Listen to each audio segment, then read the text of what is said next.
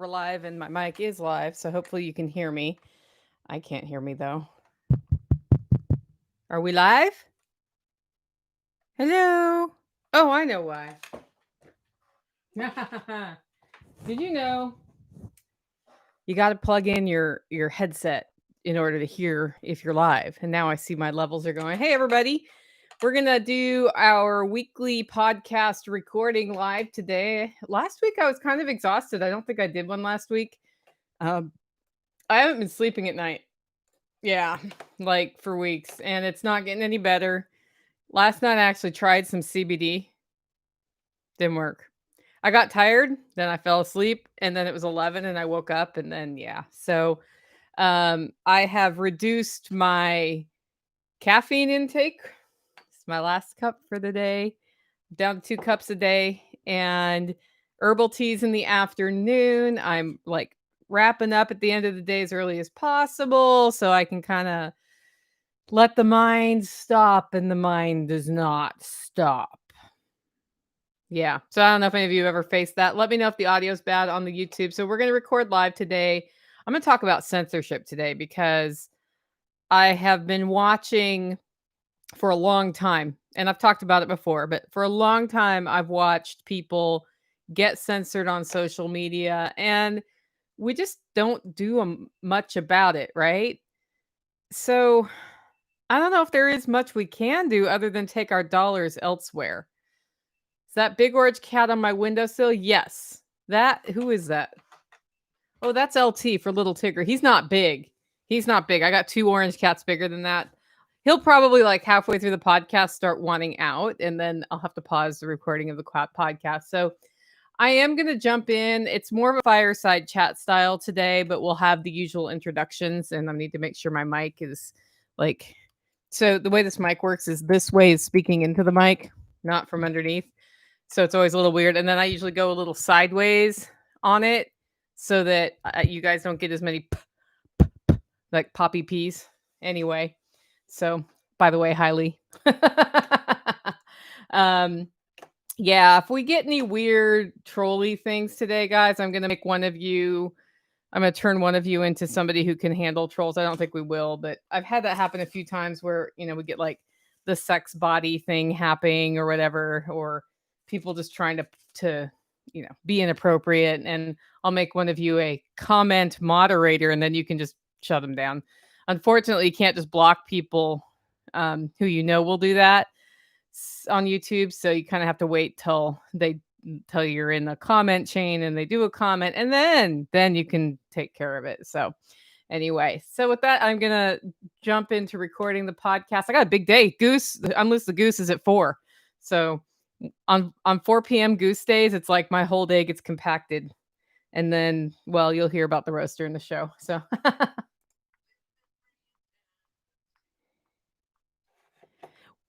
well, welcome everyone to Live Free in Tennessee, where we talk about building the life you choose on your terms. Today is Wednesday, September 2nd, 2020. This is episode 342 of Living Free in Tennessee. And today is usually a how-to day. I was, kind of thinking about how to process chicken since we have the chicken processing workshop coming up. I have a lot of how-to ideas, but then I got up and I saw lots of reactions online to censorship this morning.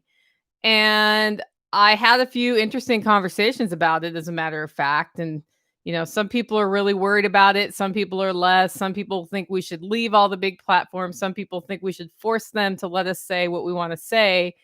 And so I thought I'd have more of a fireside chat today about censorship. And what just happens? My dog started barking. Excuse me, YouTube people.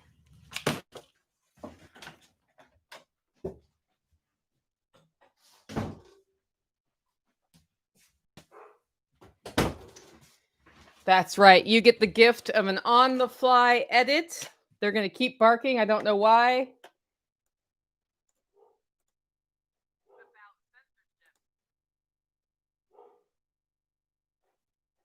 I said about censorship last. That's why I gotta listen to it. You guys, are you laughing at me at this point? Because this is what happens. Then we hit record again. What you never want to do, guys, when recording a podcast, don't be like, hey, I'll come back later and edit it. You're not going to edit it. You're not going to edit it. You're going to forget, like me. You're going to leave it there. And then people are going to be like, hey, we heard that, whatever. Poopy head thing you said.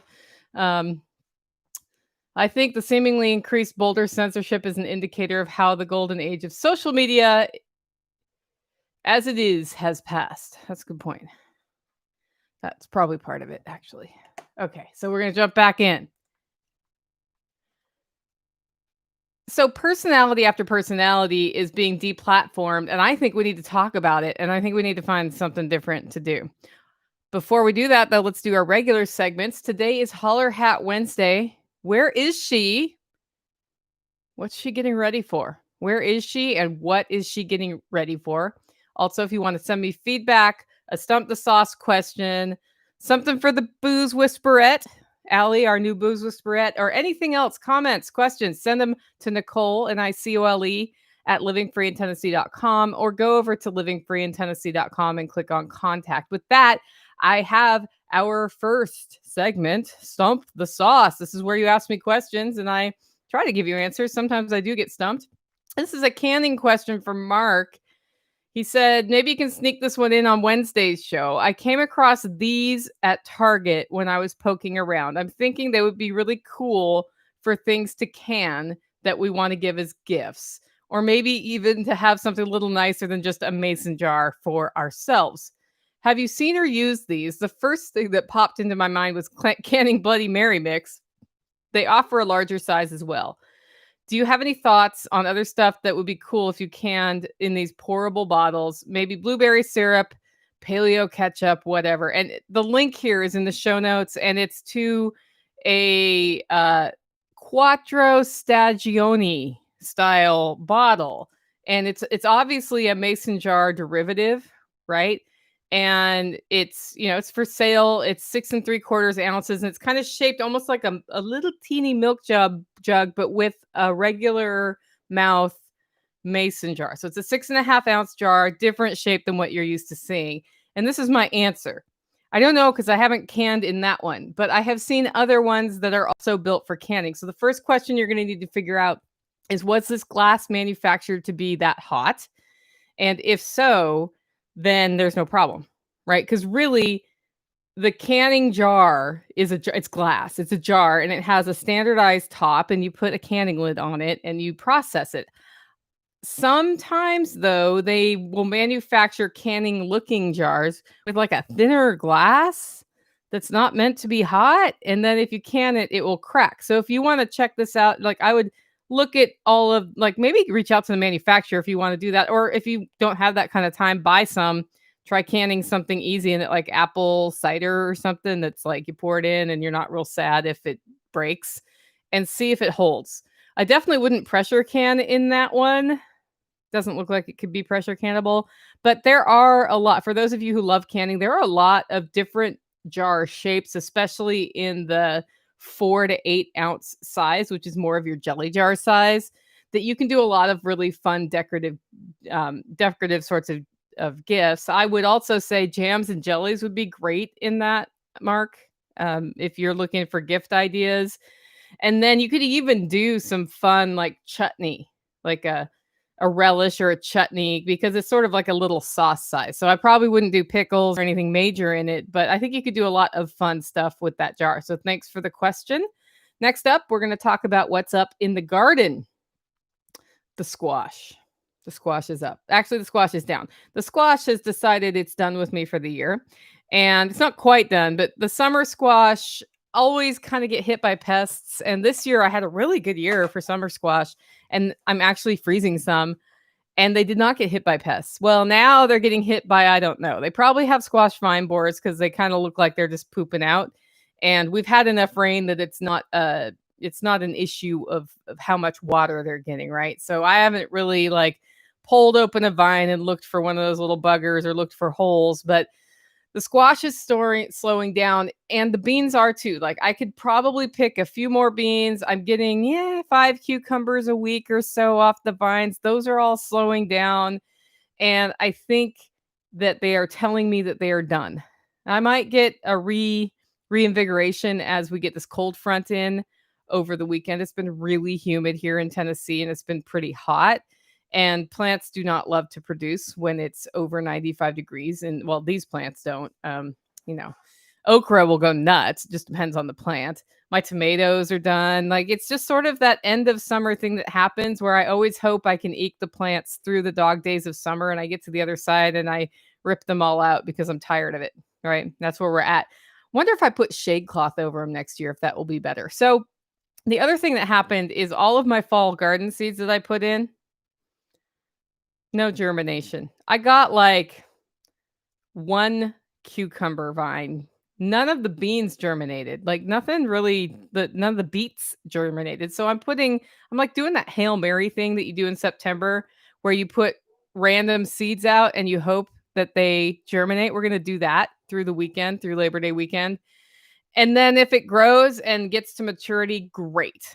If it doesn't, I've invested $3 or $4 in seeds and a little bit of time, and I don't care. Like those beds will be ready for spring planting at that point, right?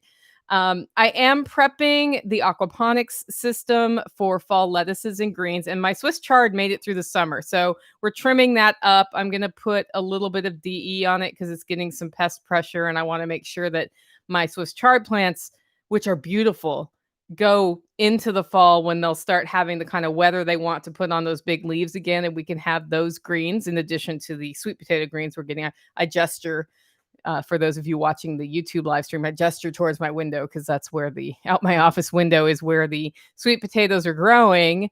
So we've got sweet potato greens coming out of our ears. They love the hot weather. Like they go gangbusters for the hot weather. But I am getting more into the greens. And then a friend of mine has started some brassicas. So we'll be having that in the aquaponics system.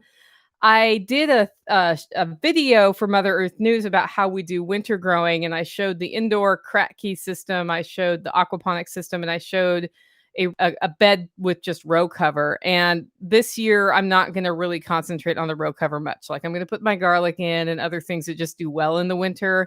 And I'm going to try one more bed of beets, and that will have row cover. And if it fails to germinate, then we're done. Right?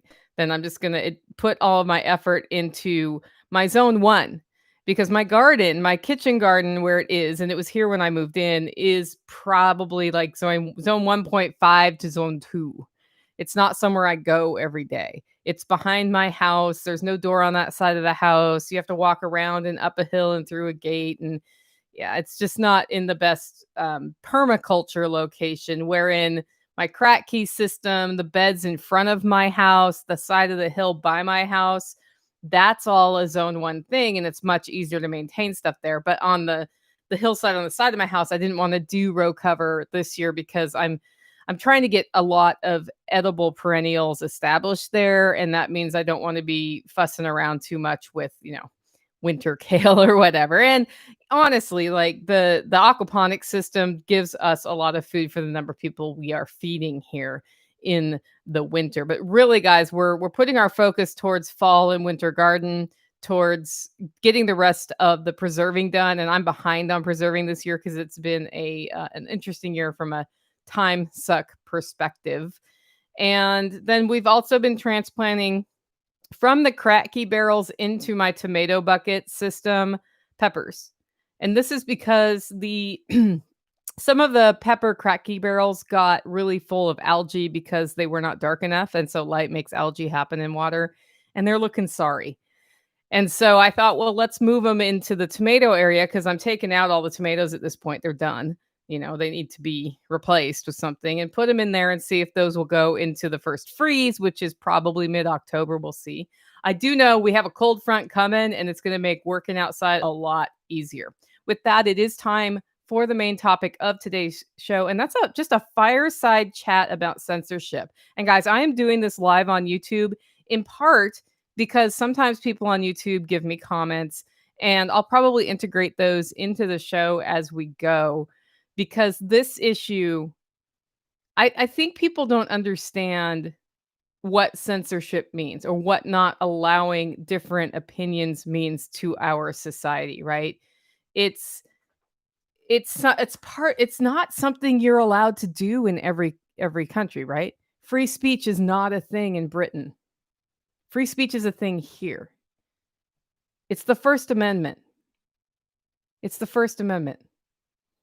Think about that. Number 1, that. Number 2, guns. Then you can defend that. It's always been interesting to me how that order has been. So censorship,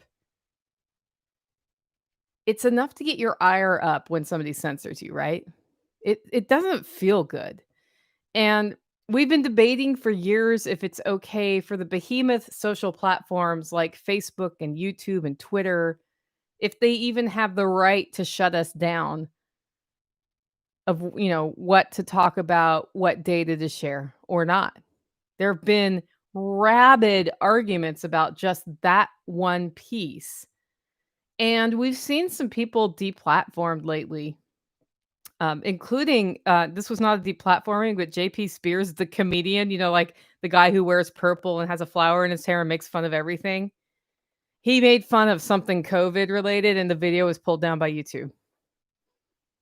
It was pulled down by YouTube because it violates their terms, right? When it first started happening, it was usually like somebody who thought lizard people were gonna take over the world, and they just sounded a little crazy, and we kinda looked the other way. I looked the other way, and I actually have defended for years Facebook and YouTube's right as a private company to decide that if they don't want something on their platform, they don't have to have it. And I don't think I've gone away from that opinion yet. But the way that it's been implemented at this point has gone much, much beyond that. There is no news story that I can find, very rare that I find a news story that I feel like I can trust because it's not spin or propaganda. And I mean this both on left and right news stories. It's very rare for me to see just something that kind of considers things in a balanced way. Meanwhile, I'm watching my friends on social media, friends, people I know personally, further these propaganda-ridden articles as fact. And that bothers me. It wouldn't bother me if they were like, this is from XYZ source. I see a little bit of a slant here, but it's the best I can find. That's one thing. That's one thing. But when they further it as fact, which means they're not questioning their own bias, that becomes real hard. And it was really easy to look the other way. And then COVID happened. And then after that, we had rioting. And it became something that's been under the surface for a long time. For a very, very long time. It's been under the surface. Became very, very clear if you see it. And then once you see it, you can't unsee it, right? And that's the scary political agenda that's rising up behind these crises. And I don't mean a left one, and I don't mean a right one. I mean one that controls us, one that is meant to reduce our freedoms. And whether you're on the right or left, you shouldn't want our freedoms reduced. You shouldn't want it. If you do, you are part of the problem. Because allowing the individual to remain free, whether or not you like them, which is really hard to do sometimes, especially if you don't like what they're saying, is the foundation of how we as a free society work. We protect the individual, even if that individual is a jerk. We protect their right to say what they want because it's just words.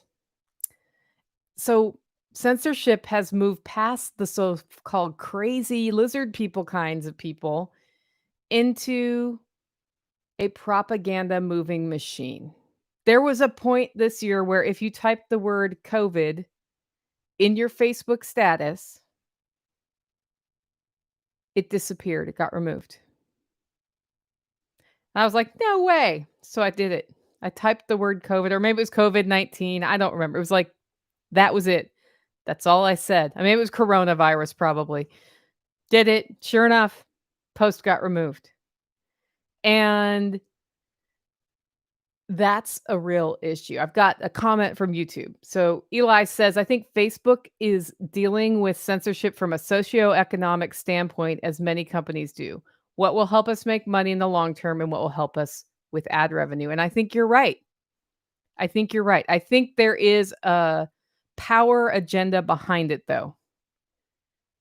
And yes, they're an advertising platform. And if everybody gives them a lot of pressure, they're more likely to cave to the pressure, and that's because they're a giant corporation dependent on your ad dollars and on you using their platform. So, where we got during the rising of this political agenda is that anyone who challenges the expected narrative is shut down and shut down fast. Okay, well, okay, not everyone. Like, I have a couple people I see post stuff, right? And they don't get noticed and they don't get shut down. That happens. A surprising number of people who don't have a lot of followers are. That's the algorithms that they're using. Dare to suggest that we go to a free speech platform, by the way, people get mad about it. They'll get mad at me like, "No, we can't leave this. We have to fight back." Okay.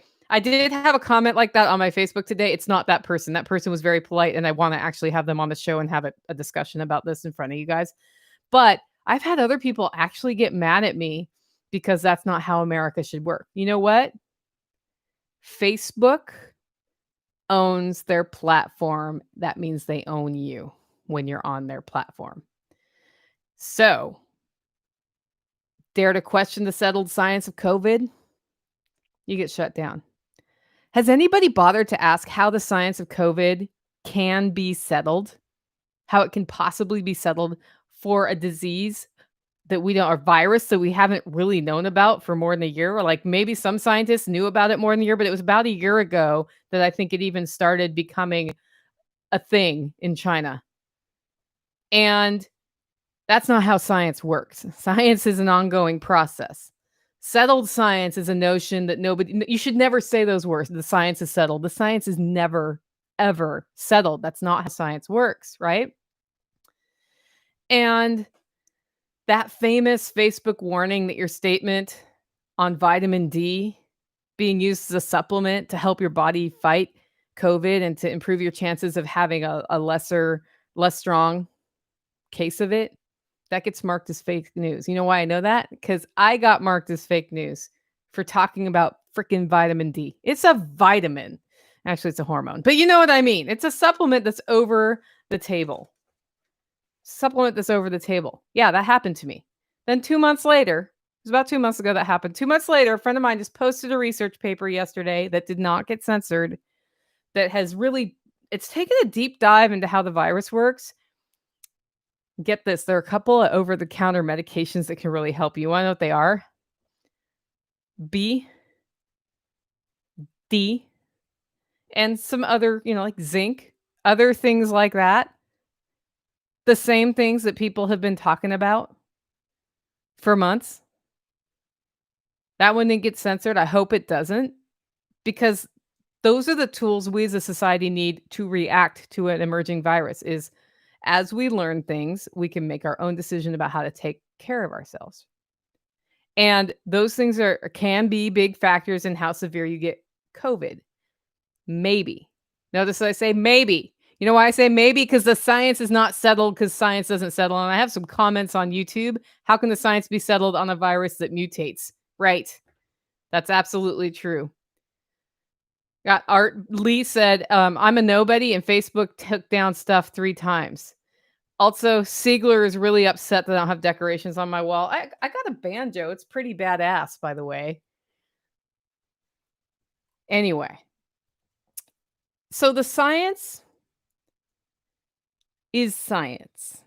It's not been around. The virus hasn't been around long enough for the time to confirm the hypotheses that people are putting out. But people are working on it. Scientists are working on it. They're doing testing, and over time, they're going to know more. I talked to my sister at the beginning of this thing. She said, like, a year from now, we're going to be laughing at ourselves for our opinions about COVID a year ago, because we're going to know so much more, but we can't know it tomorrow. It's just the way it is, and there's no way around it. It's how science works. You can't rush it. It moves on its schedule, right? And the cool thing was sharing that post did not get shut down, and I'm glad about that. But let's go back to censorship. The thing about censorship that got to me this morning is I have to ask, why do we continue to give our dollars to the corporations that want to silence all but a very narrow narrative? Why do we do that? Every time we go to Facebook and an ad comes up and they get money for that, we're helping them get more money to use against us. We're helping them get more money to further their narrative. It is what it is. I got a comment from YouTube from David saying science changes. Why get caught up in it? Exactly. Science changes. It's never settled. It's how science works. Okay. Then a couple weeks ago, JP Spears, he's that guy, as I said earlier, he does that spoof comedy stuff. He got a video taken down from YouTube because he made a COVID joke. And it was very clearly a sarcastic JP Spears style COVID joke.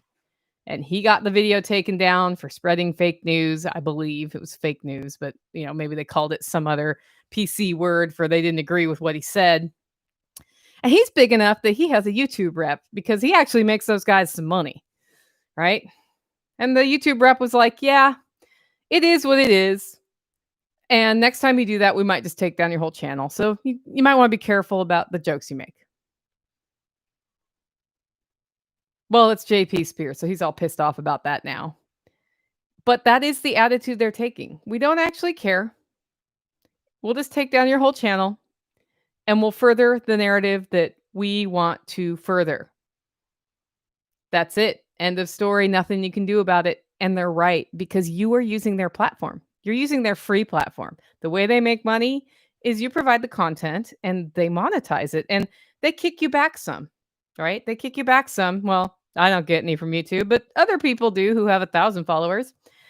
And they're a private company. This is what we're talking about. Private companies censoring people. And people are getting mad about that. And I think in a misguided way, they're calling for government intervention into this matter, right? Well, why would you do that? Why would you add the government on top of the corporate structure to fix a censorship problem? How in the hell is that going to improve the situation? I have no idea. We're talking about really large corporations. They are already entrenched in the government. In order to survive, they require lobbyists to further their interests. Otherwise, they'll get screwed by their competition. Like, this is a game that gets played, right? You can screw your competition by lobbying and getting a regulation passed that makes it so impossible for them to work, right? Uber and Lyft have faced that. They ended up needing to get lobbyists. Uber turned into a jerk company, actually, in the freedom side of things with their lobbyists, pushing for special regulations that benefit them and not Lyft. That's how that works. They're both furthering agendas. The government is, the corporations are. I actually don't really see much of a difference between the two. This is how government works. It is subject to the special interests and special interest pressure. We sometimes kind of trick ourselves and think, if we get enough of a grassroots uprising, maybe we can get some change on this issue, right? Maybe we can get some change on this issue.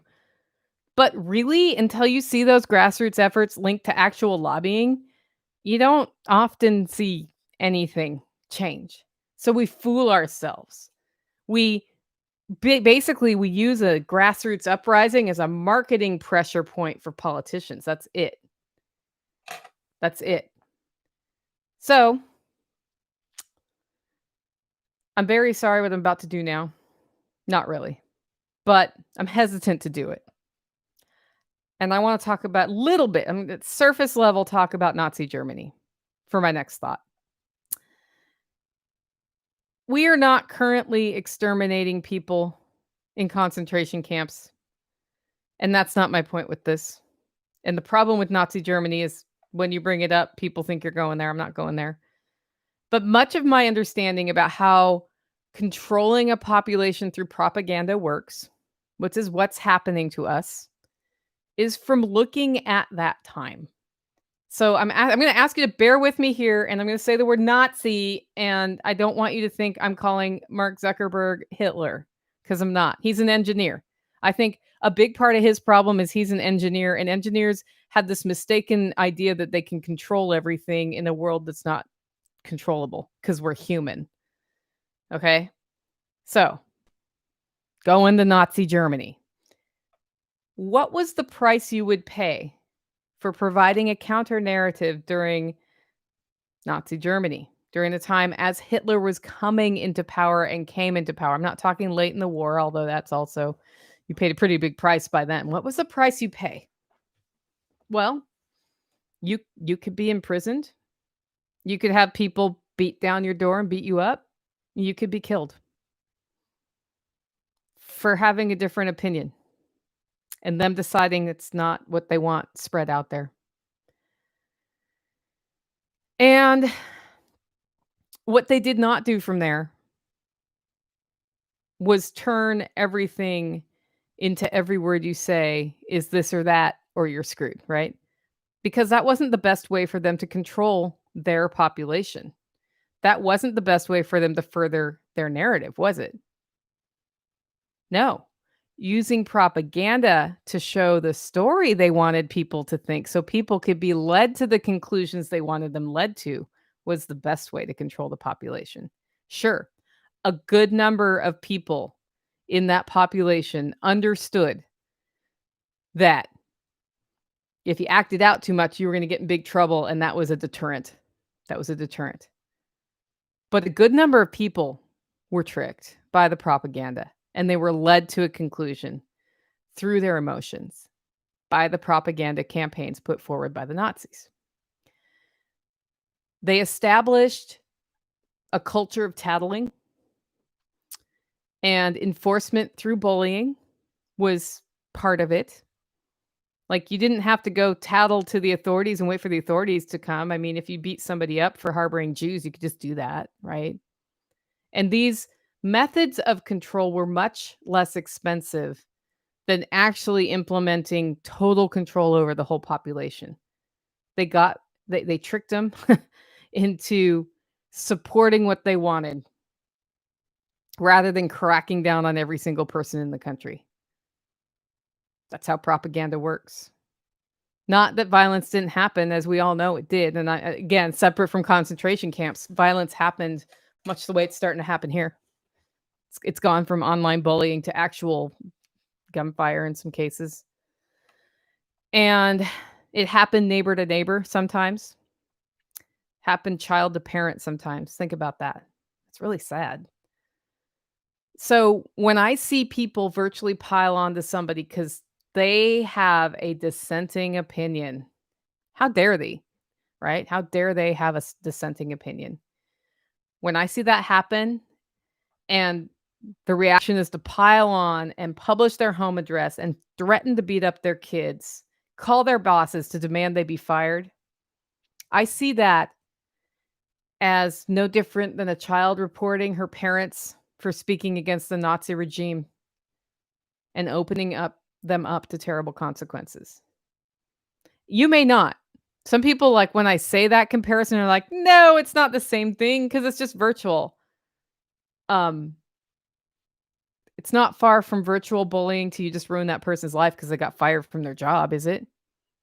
Now they can't take care of themselves or their family, especially if it's done in a way where they can't get hired again. I think well, I'm not gonna go I was about to go on a Monica Lewinsky tangent, we won't go there. Um, because somebody has a different opinion of what is right, should that opinion be the foundation of their imprisonment, of taking away their freedom? I don't think so, and I don't think our founders thought so, and that's why we have the First Amendment. Even if your opinion is that Nicole Sauce is a poopy head jerk, that's your opinion. You can say it. You can go run out. In fact, all of you run out on Facebook right now and call me a poopy headed jerk. It's fine. It's fine. You have the right to say that about me.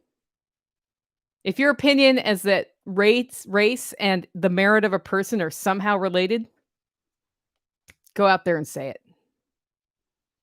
I can make my decisions about how I interact with you based on that, but I'd rather know.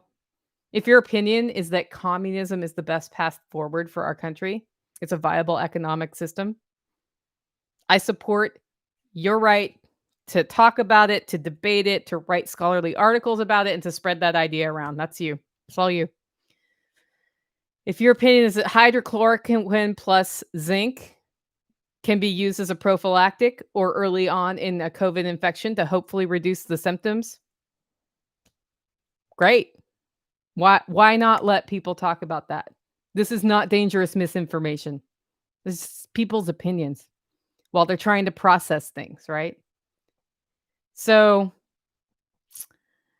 I think you should be able to talk about your perspective, no matter what it is, without being bullied by people, without being imprisoned, without being beaten up or deplatformed. And I say that right now, and I know that our officials have gone after people for saying their opinions and caused them to be imprisoned by planting evidence. We've seen some examples of that. Do I have proof of that? No. Do I believe it's possible? Not only do I believe it's possible, I believe it is likely because government officials are people and they're human, and humans are not perfect.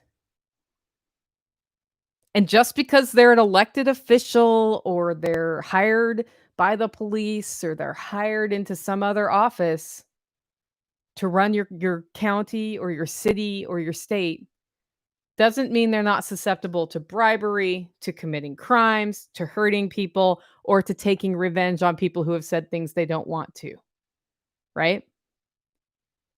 So you should be able to talk about it. You should be able to talk about your perspective without being bullied. And I think the companies who own their own platform should be allowed to tell us we can't say that on there, but then we need to figure out what our reaction is going to be. How are we going to interface with these companies who are cracking down on free speech as we move forward? Because they can do what they want. They own it. It is what it is. If you come into my house and I declare that you are not allowed to talk about poopy-headed Nicole Sauce,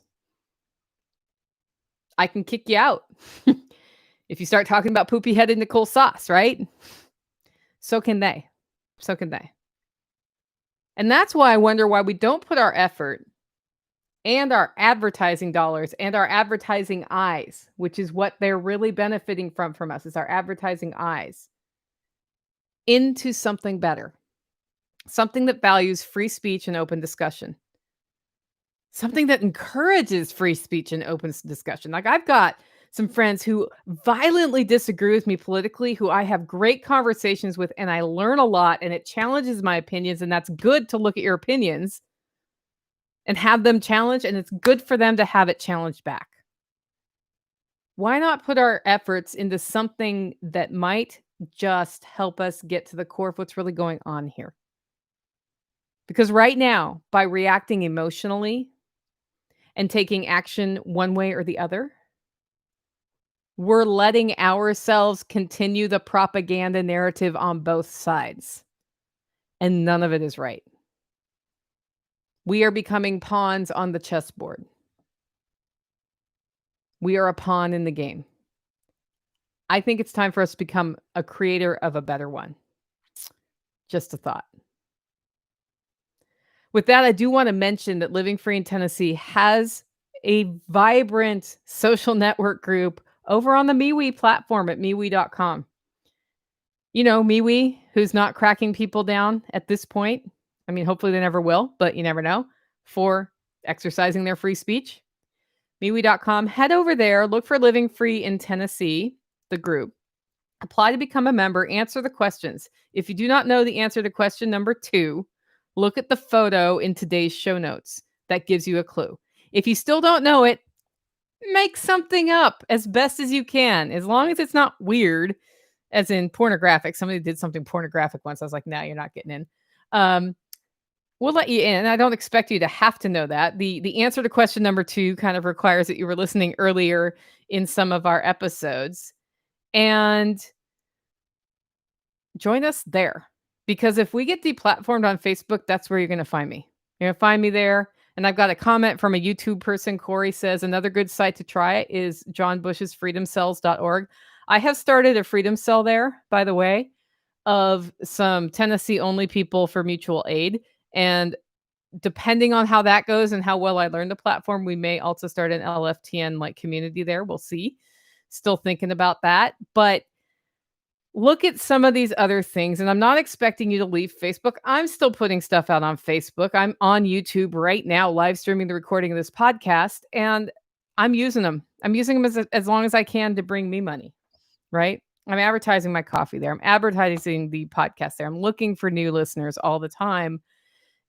But I'm also looking to set myself up so that if we do get deplatformed, because I dare to say censorship is bad and what they're doing is bad, because I think it's a wrong corporate decision. It just is what it is. And I understand I can't force them to change their mind. So I'm not going to try.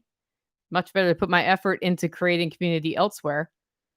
We've got backup plans and they're starting to work pretty well. So check us out there. With that, if you like the show and want to support the work I'm doing, buy your coffee at hollowroast.com. I have a Kickstarter coming for expanding the roaster, and it's been waiting for Kickstarter to approve it for 5 days now, maybe 6.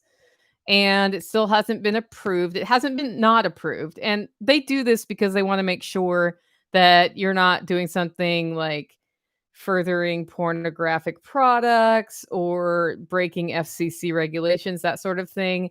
My final decision date, latest date, is tomorrow. So hopefully by tomorrow or the next day, we can kind of launch that, and then it will be a 35-day thing. So keep your eye out for that. And then the other way you can support the show is become a member over at livingfreeintennessee.com. Just go there, click on membership. With that, guys, go out, make it a great week. There's always this moment of fear when I get to the end of the podcast that I'm going to look over at GarageBand, which I haven't been looking at all because it's just over on my other monitor, and it will crash. Okay, so I got a couple other things. We can keep the talk going a little bit on YouTube if you want to. A modern look at censorship is China. Yeah. We're trying to go that way right now. Like, what the hell? What the actual hell? And that's not, the hell is not the word I'm thinking, but I'm trying not to say the F-bomb here. Goose recording is later. I'll probably say it there. German people were really done over by the Treaty of Versailles. Yep. Made them very susceptible to a charismatic leader such as Hitler, rallied the population into a hate-filled rage against the world. Look at what's happening in our own country, Eli. Look at what's happening in our own. Rallied the populations into a hate-filled rage against the world. We're working on that right now. We are, and you got to ask why. Like, why? Why would they want, like, they either want, so the oligarchy, the people who are really pulling the strings here, why would they want either the illusion that we might go into civil war, that it's possible, so people feel insecure and scared, or an actual violent uprising? Why would they want that? Is it to implement a communist regime? Is that it? Is it to implement a more fascist government? More fascist. I'm saying that. More fascist. We're already very, very fascist. Go look it up. We're fascist. We just say we're not. But we are. So I'm starting to ask why. I'm going to be exploring some of these ideas, like, could it be this reason and what does that mean? Could it be that reason and what does it mean? Because it seems nonsensical. The country was going prosperous and now we're just destroying it. Well, we do destroy an economy and then it rebuilds. The people who are kind of outside of the hardship part of that get richer faster. They get more power faster. And when people are hungry, they are much easier to control. And when people are hungry and scared, they're much easier to control. So there's, it's like the time is right to make us hungry and scared. It's kind of interesting. Lee says, I've been strongly encouraged to put myself more on social media in order to make up for the lack of real world venues, but I'm not seeing any real proof that it works. Opens me up to canceling. Lee, it may open you up to canceling, but if it's not working for you, do you care? If you get canceled off social media, I don't think you'll get canceled. And I do think right now, and this is where I'm like, I'm ready to leave Facebook, but I'm not ready to leave Facebook, right? I'm still posting stuff there, but you will notice, and this has been going on for a year. I put things on MeWe first almost every time. The show goes up there first. If I do my 3 things, it's almost always there first. If I do it on Facebook first, it's on accident. And sometimes I put things out on MeWe that I never put out on Facebook. And I do that because we have a much more vibrant community on MeWe than on Facebook. On Facebook, you'll get a lot more commenting back and forth on something like a canning question. But I think that's because on MeWe, you don't see the posts in the group as much as you see the chat. And when you're in the chat, you like kind of get lost in the sea of messages. Like I've started doing this thing where I pop in and there'll be like hundreds of messages missed, and I will ask what the synopsis is. And then somebody who's been there all day will be like, this, and this. And I'm like, excellent. We need to start making like the daily what's happening in the chat post over on the group. But I think as we get more used to the tool, because MeWe works a lot like Facebook used to work, I don't know, 10 years ago or however long ago it was, that it worked more simply than it does now. And so you go over there and it's like you just went back in Facebook time. If we start using the posts more and commenting on each other's posts more and developing our own repository of knowledge there, I think it's a very viable thing. I've tried Parler, Parler, don't love it, don't hate it. What I know is I don't love it. And probably the reason I don't love it is that it's new to me and it's different, right? And I also don't love Twitter. So Parler is more like Twitter. So that's part of the issue, right? I've gotten really used to the Facebook interface, and that's programmed me to some extent. So got another comment from Lee. It's scary to consider taking such a risk when the stigma that gets attached to an artisan's reputation tends to be impossible to remove. I'm on the art group at MeWe, and so far, crickets. Yeah. So you're going to see that, the crickets on MeWe. Unless you bring people with you to MeWe, you're going to see crickets. And on MeWe, you have to be a lot more careful about accepting friend requests. That's why I have hundreds of them that I have not gone through, because I'm trying to look at the profiles of the people who reach out to me, but they don't have their profile settings to where I can see their posts, some of them, or they haven't posted anything. So if you've friended me and you've never posted anything on your profile, part of the reason I haven't accepted your friend request is it wasn't easy to see, okay, this is not like some like chick overseas picture trying to hit me up for sex, which does happen a lot there. You get a lot of what we call sex bots because there's not as much censorship there. And you have to censor yourself by not friending that person. You have to censor your groups by cutting them out of the chat, that sort of thing. And, that's taking responsibility for participating in the conversations you want to participate in. So I do see what you mean by the stigma. At some point, there will be stigmas attached to me, and I don't care. I just don't care.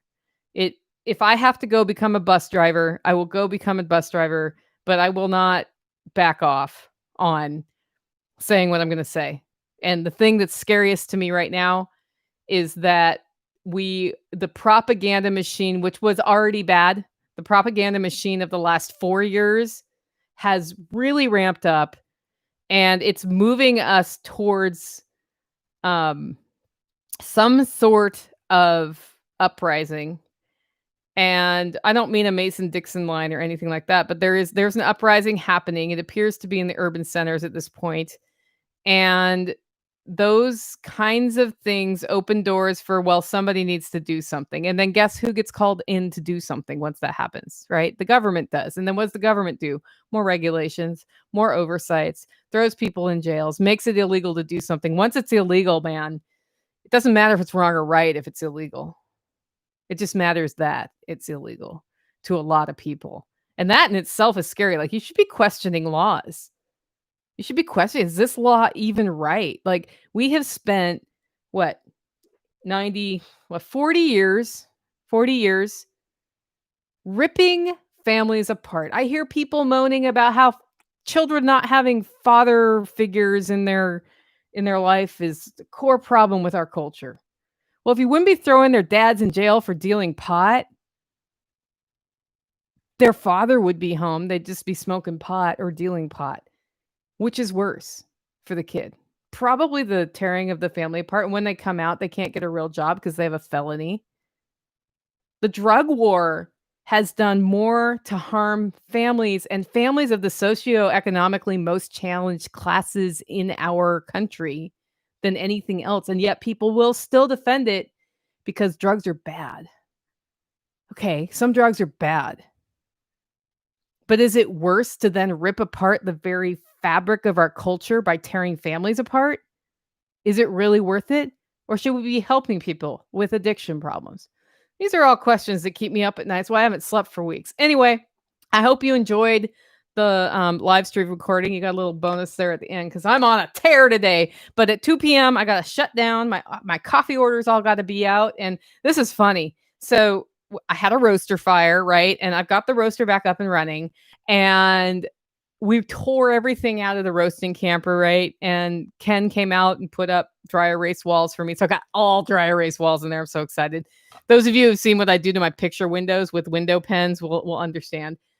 And now I'm going to put a new floor in, and it's taken me days to get to it because it's been really busy. So now I'm back to like way back when Holler Roast coffee was roasted outside in my screened-in porch. Yeah, that's totally what's happening now because I thought, well, while the rice roaster's ripped apart and everything's out of it, and we're talking 1,500 pounds of coffee, which is not a small thing to move, got moved. If I move them back in, I don't want to move them back out again. We got to put in a new hood to be able to get a new roaster with a hood fan and a Y thing. And then we got to build a cooling table. There's all this other stuff that needs to be done. I need to get the electrical service upgraded. I was like, you know what?